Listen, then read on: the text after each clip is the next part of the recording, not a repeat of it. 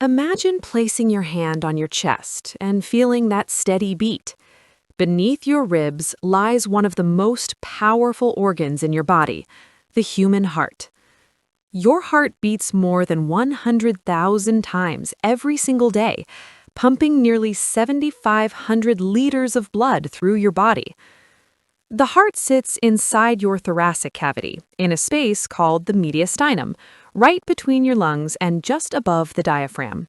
Although it sits near the center of your chest, it leans slightly to the left. If you look closely at its shape, the heart has two important ends. The pointed tip at the bottom is called the apex, and it points forward, downward, and slightly to the left. The opposite side is the base of the heart, which faces backward and slightly to the right. This is where the major blood vessels attach and connect the heart to the rest of the circulatory system. But the heart is not just sitting freely inside the chest. It is protected by a special covering called the pericardium. This is a tough connective tissue sac that surrounds the heart like a protective envelope. Inside this sac is a small space called the pericardial cavity, which contains a thin layer of pericardial fluid.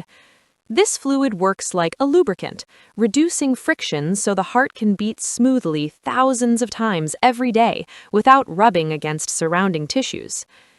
Now, if we move deeper into the heart wall itself, we find that it is made of three important layers. The outermost layer is the epicardium, which forms the surface of the heart.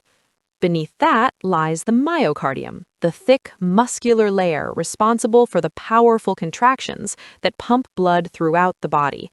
In fact, this is the strongest layer of the heart. Finally, the innermost layer is the endocardium, a thin and very smooth lining made of endothelial cells. This smooth surface allows blood cells to flow easily through the heart without damage. Inside the heart, special walls called septa divide it into two separate sides. These walls prevent oxygen-rich blood from mixing with oxygen-poor blood. The interatrial septum separates the two upper chambers, while the interventricular septum separates the two lower chambers. The interventricular septum is mostly muscular, but a small portion near the valves is thinner and membranous.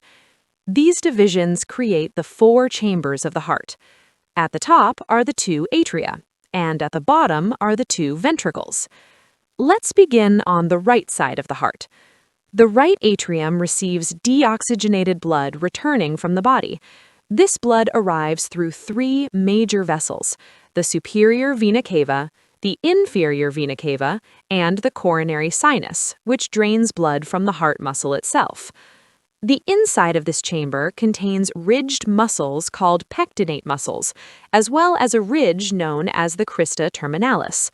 On the inner wall, you can also see a small depression called the fossa ovalis, which is a remnant from fetal circulation. From the right atrium, blood moves downward into the right ventricle.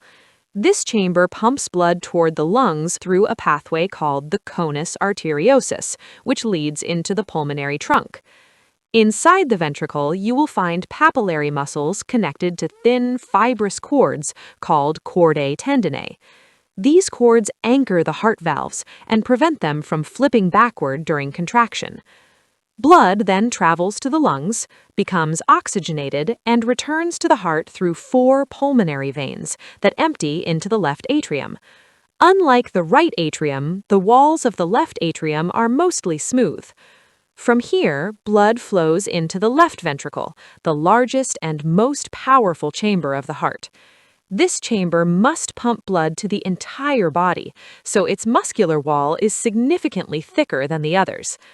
The left ventricle leads to a region called the aortic vestibule, which opens into the aorta, the largest artery in the body. Inside both ventricles, you will also notice a network of muscular ridges called Trabeculae Carneae. These structures help maintain efficient blood flow and prevent swirling that could lead to air bubbles. Because blood must move in only one direction, the heart contains special valves that act like one-way doors. Between the atria and ventricles are the atrioventricular valves. On the right side is the tricuspid valve, which has 3 cusps. On the left side is the mitral valve, also known as the bicuspid valve, named because it has 2 cusps and resembles a bishop's mitre hat.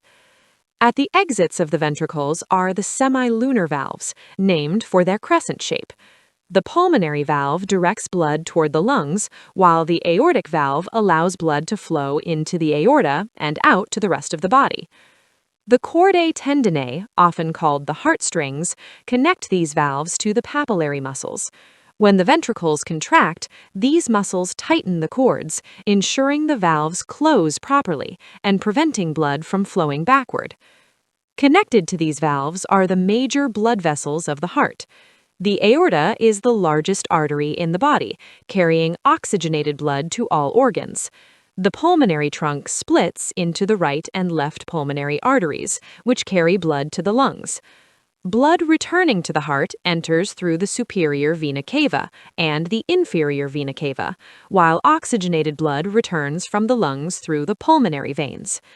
Interestingly, the heart also has its own blood supply, known as the coronary circulation.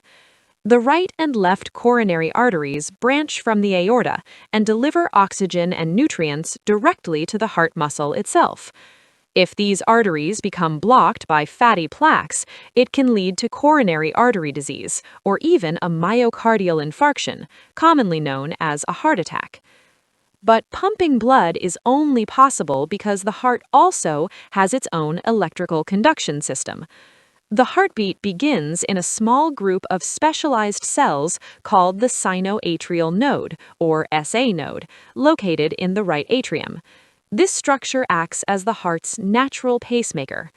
The signal then travels to the atrioventricular node, or AV node, before moving through the bundle of His, down the bundle branches, and finally into the Purkinje fibers, which trigger the ventricles to contract in a perfectly coordinated manner.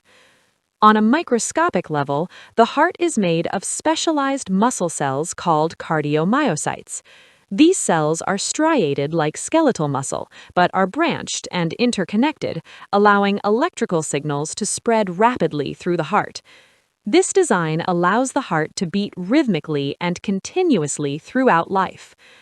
If you look at the outer surface of the heart, you can also see grooves known as sulci. The coronary sulcus separates the atria from the ventricles, while the anterior and posterior interventricular sulci mark the boundary between the right and left ventricles. You may also notice small pouch-like extensions on the atria called auricles, which help increase the volume of the atrial chambers. Interestingly, the heart looks slightly different before birth. In the fetal heart, a small opening called the foramen ovalis allows blood to pass directly from the right atrium to the left atrium, bypassing the lungs, because the fetus receives oxygen from the placenta. After birth, this opening closes and becomes the fossa ovalis. All of these structures work together with incredible precision, allowing the heart to beat over 100,000 times every single day, pumping blood and sustaining life. And that's the incredible structure of the human heart. For more videos related to the heart, check out the cardiology playlist on your screen.